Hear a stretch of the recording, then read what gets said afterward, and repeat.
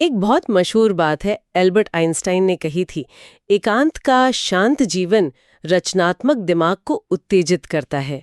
नमस्कार। आज तारीख है बुधवार 1 अक्टूबर 2025 और आज एक मतलब बड़ा ही दिलचस्प संयोग है, गांधी जयंती और विजयादशमी दोनों एक ही दिन हैं। तो आज हम इंडियन एक्सप्रेस में छपे एक लेख पर थोड़ी गहराई से बात करेंगे।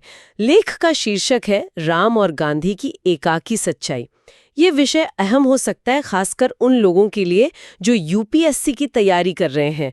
मतलब मेंस के लिए तो है ही, एथिक्स, गवर्नेंस, करंट अफेयर्स, और प्रीलिम्स के लिए भी एक अच्छी समझ बनाने में मदद कर सकता है।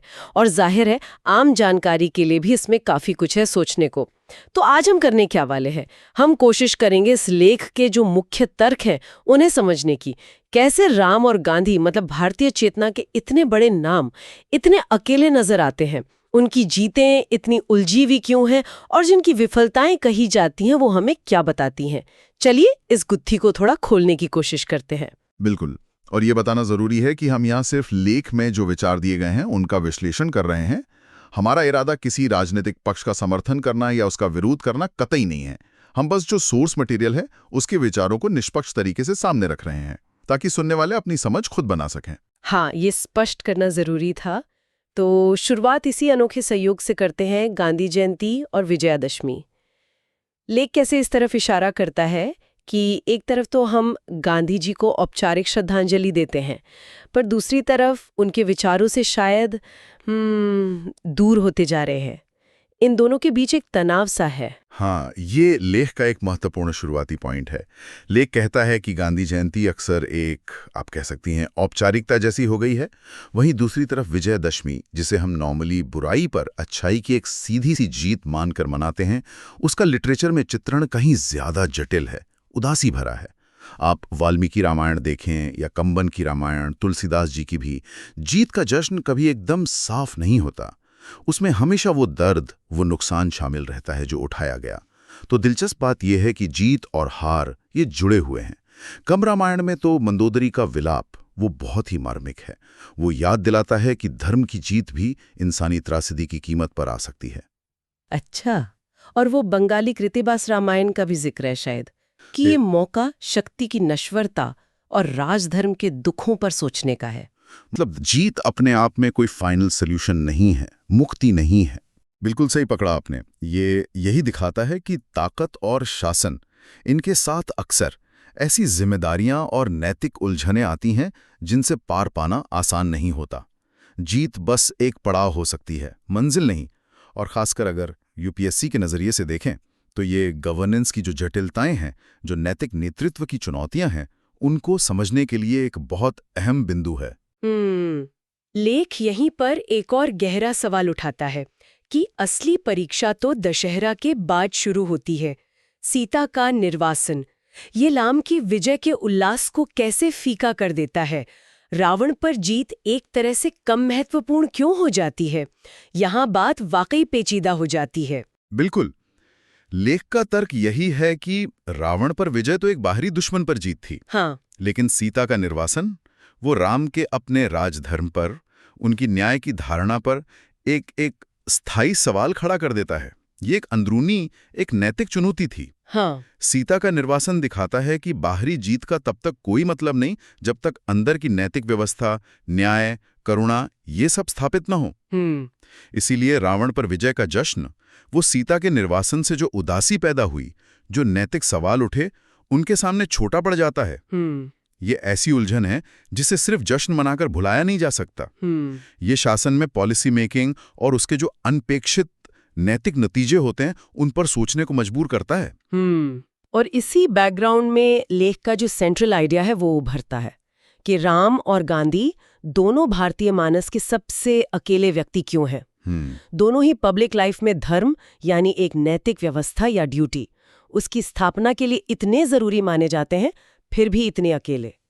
ये थोड़ा विरोधाभासी लगता है ना, खासकर जब हम उनके लाखों फॉलोअर्स के बारे में सोचते हैं। हाँ, ये वास्तव में गहरा पैराडॉक्स है और यहीं लेख की जो असली इंसाइट है वो छिपी है। दोनों अपने अपने समय में पब्लिक लाइफ के सेंटर में थे और पब्लिक लाइफ की नैतिकता वो काफी हद तक उन पर टिकी थी। फिर भी उनका अकेलापन शायद इसलिए है क्योंकि उनके जो सबसे बड़े जीत के क्षण थे उन्हीं में उनकी विफलता या कहें त्रासदी की छाया भी थी। अगर हम इसे थोड़ा बड़े पर्सपेक्टिव में देखें तो गांधी के लिए आज़ादी का जश्न विभाजन के दर्द और हिंसा से खराब हो गया था। उनकी अहिंसा की सीख के बावजूद जो हिंसा हुई उसने उनके नैतिक उदाहरण को लगभग आयरनिकल बना दिया। आखिर में वो एक ऐसे अकेले व्यक्ति रह गए जिन्हें कई लोग पूछते थे, कुछ नफरत करते थे और ज्यादातर के लिए वो असुविधाजनक थे। और विडंबना देखिए, उनकी मृत्यु ने ही शायद नए भारतीय गणराज्य को एक बड़ी उथल-पुथल से बचाया, क्योंकि इसने आरएसएस जैसी ताकतों को कुछ समय के लिए वैधता से वंचित कर दिया। तो गांधी की विजय एक तरह से उनकी बढ़ती ही अप्रासंगिकता और आखिर में उनकी शहादत में थी। और राम के बारे में लेख कहता है कि अयोध्या वापसी उनके लिए खुशी का नहीं बल्कि एक स्थायी दुख का कारण बन गई। वनवास से लौटना भी कोई विक्ट्री मोमेंट नहीं रहा। वाल्मीकि का जिक्र है कि अयोध्या के वैभव के बीच भी वे एक तपस्वी की तरह शोक में डूबे रहते थे। ये तो बहुत ही मार्मिक चित्रण है। हाँ, अयोध्या उनके लिए सिर्फ राज्य मिलना नहीं था, बल्कि सीता को खोने का, अपने वजूद के एक अहम हिस्से को खोने का प्रतीक बन गया। विद्यानिवास मिश्र का एक निबंध है, राम का अयन वन। उसका हवाला देते हुए लेख बताता है कि वन ही राम की आध्यात्मिक यात्रा और सत्य का केंद्र है। पहली बात, ये राम की वास्तविक शिक्षा का स्थल है। भारद्वाज के आश्रम से शुरू होकर वहीं खत्म होता है। इसकी तुलना महाभारत के वन पर्व से की जा सकती है, जहां पांडवों को असली राजनीतिक और नैतिक शिक्षा मिलती है, शायद शांति पर्व के उपदेशों से भी ज्यादा गहरी। दूसरा और ज्यादा गहरा पहलू ये है कि वन ही सीता को पनाह देता है और अंत में वही राम का असली घर बनता है, क्योंकि सीता ही उनके अस्तित्व का सच थी। लेकिन यहाँ एक कड़वी सच्चाई सामने आती है। लेख के अनुसार सीता का अस्तित्व राम के सच के लिए शायद खुद राम से भी ज्यादा महत्वपूर्ण हो जाता है। राम का देवत्व इसी नुकसान, इसी अप्रासंगिकता की छाया में हासिल होता है। ये एक महत्वपूर्ण सवाल उठाता है, ऐसा क्यों? शायद इसलिए कि सीता उस नैतिक और भावनात्मक केंद्र का प्रतीक हैं जिसके बिना राम का राजधर्म अधूरा रह जाता है। लेख इस बात पर भी जोर देता है कि ये अकेलापन सिर्फ इमोशनल या मन की बात टाइप का नहीं है। इसका मकसद सेल्फ सेंटर्ड होना नहीं बल्कि अस्तित्व के बड़े सच को समझना है। इसे थोड़ा और स्पष्ट करेंगे? बिल्कुल। ये अकेलापन कोई सेल्फ पिटी या अपने दुख में डूबे रहने वाला नहीं है। लेख के मुताबिक सच्ची जो आंतरिक खोज है वो अपनी भावनाओं पर फोकस करने के बजाय अपने होने के सच को जानने की कोशिश है। और ये खोज 3 कारणों से अकेली होती है। पहला, इसमें गहरा आंतरिक संघर्ष होता है, सेल्फ डाउट होता है। राम खुद कहते हैं कि आत्मज्ञान तो देवताओं के लिए भी मुश्किल है। दूसरा, इसका लक्ष्य आत्ममुग्धता नहीं बल्कि खुद को यूनिवर्स की जो ऑब्जेक्टिव व्यवस्था है उसके संदर्भ में देखना है। और तीसरा, दुनिया अक्सर आपके अस्तित्व के सच के प्रति या तो उदासीन होती है या शत्रुतापूर्ण, तो इस रास्ते पर अकेले ही चलना पड़ता है। यूपीएससी के जो एस्पिरेंट्स हैं उनके लिए ये पर्सनल ट्रूथ और पब्लिक ड्यूटी के बीच का जो तनाव है उसे समझने का एक अहम पहलू है। अच्छा, और ये अकेलापन क्या उनके बात करने के तरीके में भी झलकता है? जैसे गांधी का मौन व्रत और राम का कम बोलना, इसका जिक्र है, लेख इसे कम्युनिकेशन के संकट से कैसे जोड़ता है? हाँ, ये अकेलेपन का एक और आयाम है। गांधी ने लिखा बहुत, बोला भी बहुत, लेकिन उनके जो मौन व्रत थे वो इस गहरे एहसास से निकले थे कि कम्युनिकेशन कितना मुश्किल है, शब्द कितनी आसानी से गलत समझे जा सकते हैं। लेख कहता है कि सबसे असरदार संवाद शब्दों से नहीं बल्कि व्यक्ति के उदाहरण से होता है, उसके पूरे अस्तित्व से। जब समाज में ईमानदारी, विश्वास कम होने लगता है तो ज्यादा शब्द स्थिति को सुधारते नहीं बल्कि और उलझा देते हैं। गांधी का मौन शायद इस बात की स्वीकृति थी कि उनके सत्य को अब शब्दों के जरिए शायद कम्युनिकेट नहीं किया जा सकता। और राम के लिए भी यही कहा गया है कि वे सुनते सबकी हैं, पर अपने अस्तित्व के सच को लेकर जो वो महसूस करते हैं हमेशा इस शक में रहते हैं कि क्या दूसरे उसे समझ पाएंगे। वो ज्यादातर मौन पीड़ा में ही रहते हैं। सही कहा। राम का मौन उनकी अंदरूनी पीड़ा और बाहरी दुनिया के साथ उनके सत्य के संवाद की कठिनाई, शायद असंभवता का भी प्रतीक है। उनका सच दूसरों की समझ पर निर्भर है, जो हमेशा अनिश्चित है। ये लीडरशिप में कम्युनिकेशन की लिमिट्स और लीडिंग बाय एग्जाम्पल के महत्व को दिखाता है। तो आखिर में ये सारी चर्चा हमें नैतिकता बनाम शक्ति के उस पुराने द्वंद्व पर ले आती है। हाँ। लेख के अनुसार नैतिक आदर्श अक्सर सत्ता के खेल से बाहर क्यों रह जाते हैं? वो खुद दुख को रोकने में नाकाम क्यों रहते हैं, सिर्फ प्रायश्चित ही क्यों कर पाते हैं। ये तो काफी निराशाजनक तस्वीर लगती है। यही राम और गांधी के अकेलेपन का सबसे चुनौतीपूर्ण पहलू है। नैतिक उदाहरण अक्सर सत्ता के समीकरणों के बाहर खड़े होते हैं। वे प्रेरणा दे सकते हैं, लेकिन सीधे तौर पर सत्ता के फैसलों को हमेशा बदल नहीं पाते। वे अक्सर अन्याय या पीड़ा को रोक पाने में शक्तिहीन होते हैं, ज्यादा से ज्यादा उसका प्रायश्चित कर सकते हैं। गांधी की बढ़ती अप्रासंगिकता ने ही एक विडंबना ही है गणराज्य को बचाया। राम के लिए सीता का निर्वासन ही धर्म की स्थापना को अधूरा बनाता है, उस पर नैतिक क्षति की मुहर लगाता है। तो इसका क्या मतलब है? हाँ, इसका क्या मतलब हुआ फिर? इसका मतलब यह है कि सच्ची नैतिकता की राह अक्सर सत्ता के गलियारों से अलग होती है और उसकी कीमत चुकानी पड़ती है। ये एथिक्स पेपर मतलब GS4 उसके लिए केस स्टडीज में उपयोगी हो सकता है, जहां व्यक्तिगत विवेक और सिस्टम के दबावों के बीच फैसला लेना होता है। यानी सच्ची नेकी का पैमाना ये नहीं है कि कितने लोग जश्न मना रहे हैं या आपकी बात मान रहे हैं, आप कितने पॉपुलर हैं। लेख कहता है कि राम और गांधी का एकांतिक चेतावनी है। इतिहास बनाने वाली ताकतें शायद ही कभी विवेक की सुनती हैं।